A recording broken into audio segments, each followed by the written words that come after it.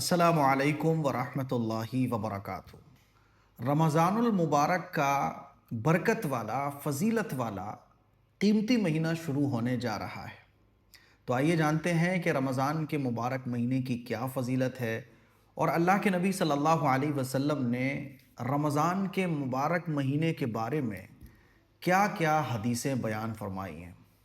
پہلی بات تو آپ یہ سمجھ لیجئے کہ رمضان کا مہینہ مجھے اور آپ کو مل رہا ہے، اس کا مطلب یہ ہے کہ اللہ مجھ سے اور آپ سے راضی ہے۔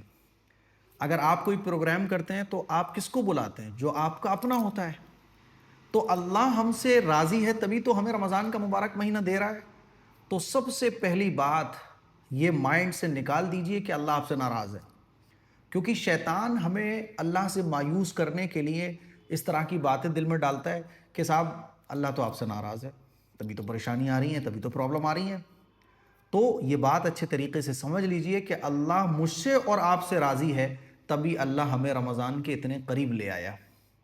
اور سب سے خوش قسمت ہوتا ہے، لکیسٹ پرسن ہوتا ہے وہ شخص جس کو رمضان کا مبارک مہینہ ملتا ہے۔ سب کو نہیں ملتا رمضان کا مہینہ۔ رمضان کا مبارک مہینہ ان کو ملتا ہے جن کو اللہ پسند کرتا ہے اور جو خوش نصیب ہوتے ہیں۔ اس کا اندازہ ابھی ہمیں نہیں ہے۔ جیسے ایک چھوٹے سے بچے کو بچپن میں ماں باپ کی محبت سمجھ میں نہیں آتی، وہ اسکول جاتا ہوا روتا ہے کیونکہ وہ سمجھتا ہے کہ ماں باپ تو نفرت کرتے ہیں، لیکن ایکچول میں وہ ماں باپ کی محبت ہوتی ہے۔ تو ایسے ہی ابھی دنیا کے اندر ہمیں دنیا نظر آتی ہے، رمضان کی فضیلت، رمضان کی برکت اور اللہ کی محبت ہمیں سمجھ نہیں آتی۔ یہ رمضان کا ملنا اللہ کی محبت ہے اپنے بندے کے ساتھ۔ رمضان کا پا لینا یہ اللہ کا پیار ہے، یہ اللہ کی بخشش کے اشارے ہیں۔ اور سب سے خوش نصیب ہے وہ شخص جس کو رمضان کا مہینہ ملا اور بار بار ملا۔ اسی لیے سب سے پہلے اللہ کا شکر ادا کیجئے، الحمدللہ رب العالمین، کہ اللہ تو نے رمضان کا برکت والا مہینہ ہم سب کو عطا فرما دیا، ایک اور عطا فرما دیا۔ ورنہ ہم اور آپ تو اتنے گنہگار ہیں کہ اللہ کی رحمت ہمیں ملے، اللہ ہمیں اپنا کوئی انعام نوازے، انعام سے نوازے، کیونکہ ہم تو بہت گنہگار ہیں۔ نمازیں ہم چھوڑتے ہیں، قرآن ہم چھوڑتے ہیں، اللہ کے احکام کو ہم توڑتے ہیں۔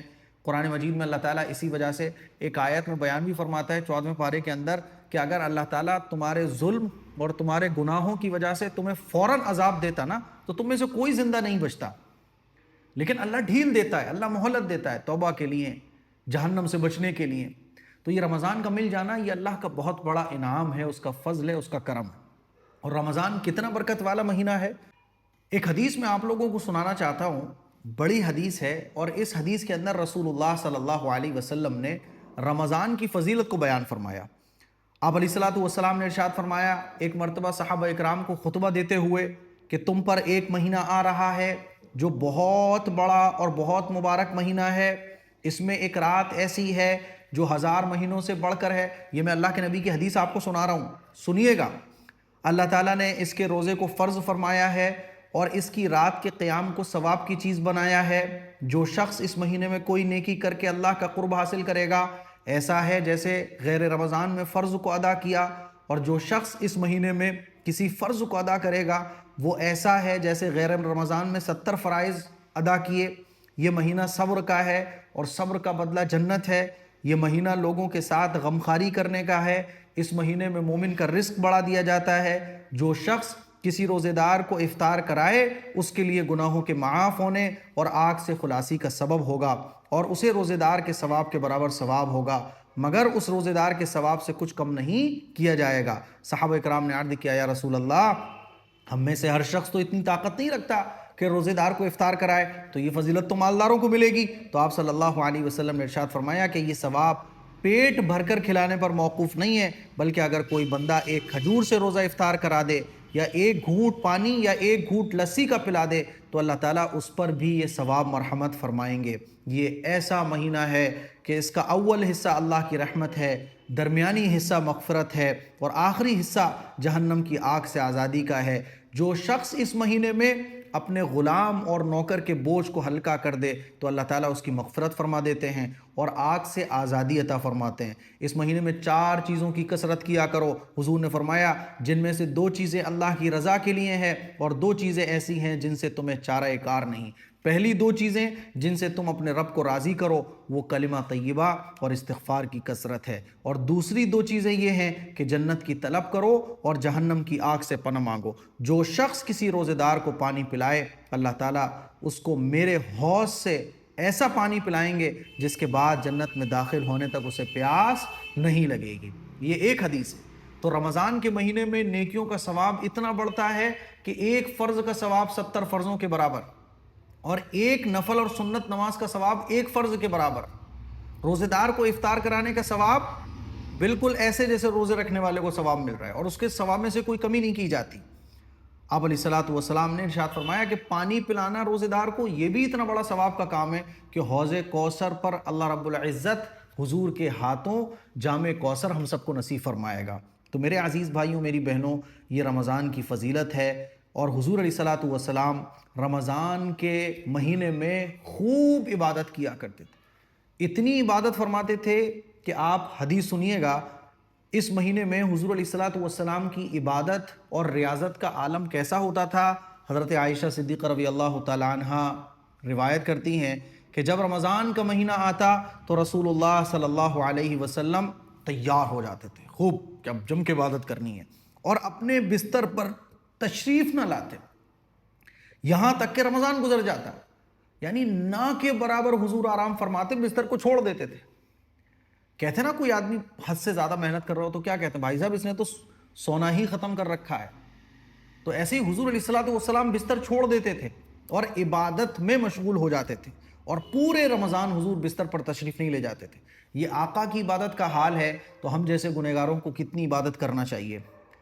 ایسے ہی ایک حدیث میں آتا ہے کہ جب رمضان کا مہینہ آتا تو رسول اللہ صلی اللہ علیہ وسلم عبادت اتنی فرمایا کرتے تھے کہ عبادت کے علاوہ بس کوئی اور کام کی طرف توجہ ہی نہیں فرماتے۔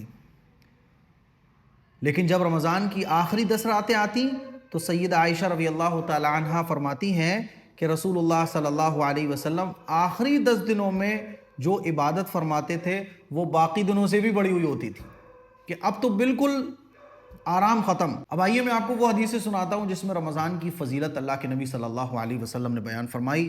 حضرت ابو ہریرہ رضی اللہ تعالیٰ عنہ سے روایت ہے کہ رسول اللہ صلی اللہ علیہ وسلم نے ارشاد فرمایا، میری امت کو رمضان شریف میں 5 چیزیں خاص طور پر دی گئی ہیں جو پہلی امتوں کو نہیں دی گئیں۔ نمبر 1، ان کے منہ کی بو اللہ کے نزدیک مشک سے زیادہ پسندیدہ ہے۔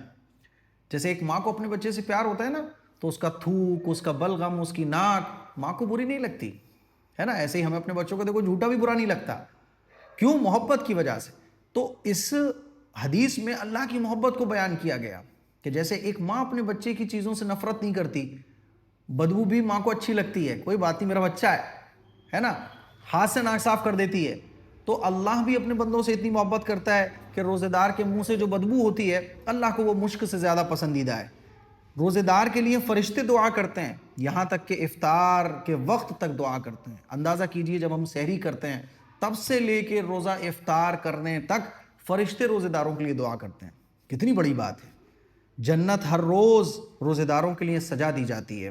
پھر اللہ رب العزت فرماتے ہیں کہ ان قریب میرے نیک بندے مشقتیں اپنے اوپر سے ہٹا کر تیری طرف آئیں گے، یعنی اللہ جنتیں سجا دیتا ہے کہ یہ روزہ داروں کے لیے، کتنی بڑی بات ہے۔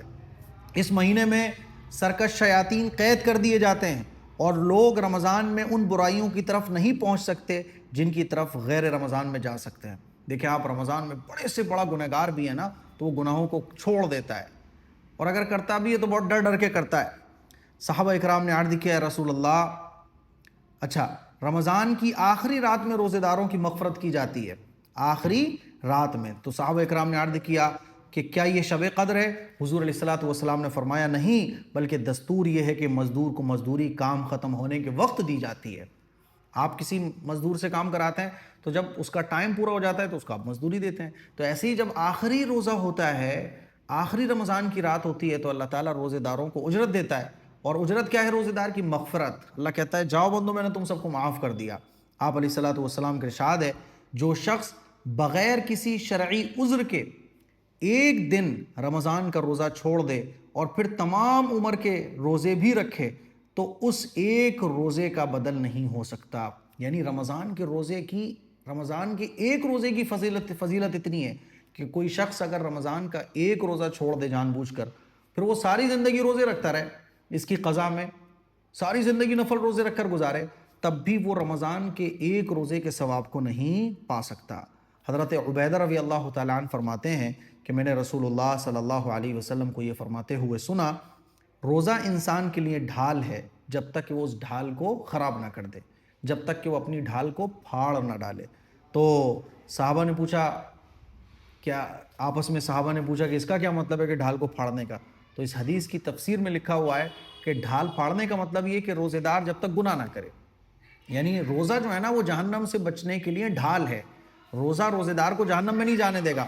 ہاں اگر روزے دار اپنی اس ڈھال کو پھاڑ دے یعنی گناہ کرے، کیونکہ بہت ساری حدیث سے پتہ چلتا ہے کہ بہت سارے روزے دار ایسے ہیں جن کو روزے رکھنے کا کوئی ثواب ہی نہیں ملتا، وہ بھوکے پیاسے رہتے ہیں بس پورے دن. ہاں ان کا فرض ادا ہو جاتا ہے.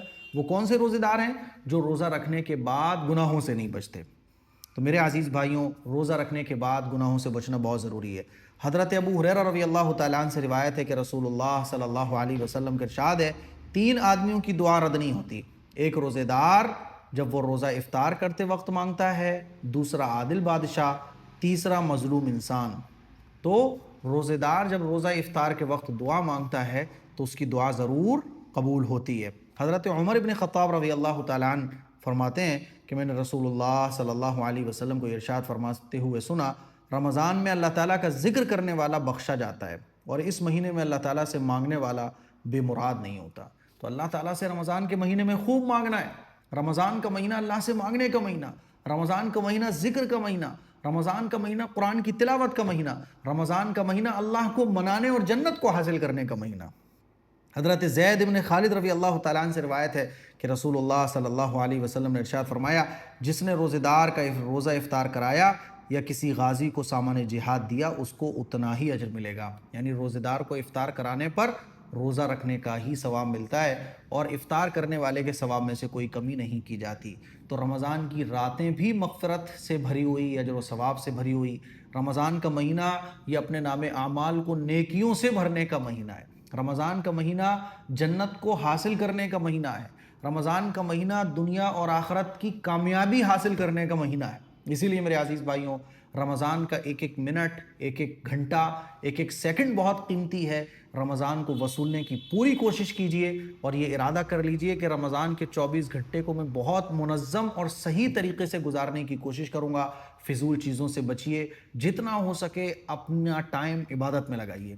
چلتے پھرتے ذکر و اذکار، کوئی بھی لمحہ، کوئی بھی منٹ رمضان کا آپ کا اللہ کے ذکر سے کم از کم خالی نہیں گزرنا چاہیے. تو یہ کچھ فضیلت والی حدیثیں تھیں جو رمضان سے متعلق میں نے آپ کو سنائی. مجھے امید ہے کہ رمضان کی فضیلت سے رمضان کا شوق آپ کے دلوں میں مزید بڑا ہوگا. اس کلپ کو شیئر کریں، دوسروں تک پہنچائیں. السلام علیکم ورحمۃ اللہ وبرکاتہ.